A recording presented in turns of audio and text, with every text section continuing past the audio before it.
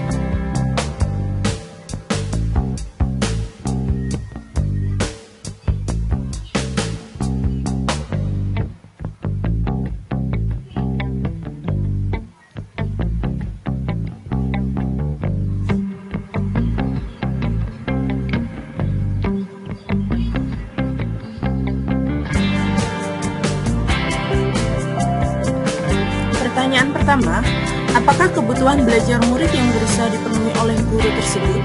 Yaitu yang pertama, kesiapan belajar murid.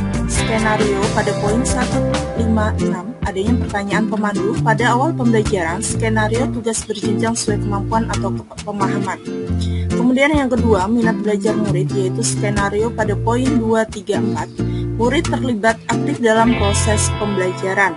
Yang ketiga, yaitu profil belajar murid, skenario poin 7, adanya lingkungan belajar murid. Selanjutnya, bagaimana cara guru tersebut menentukan kebutuhan belajar muridnya? Yaitu ada 3, kesiapan belajar murid, padu didam melihat kemampuan murid dengan pertanyaan pemandu.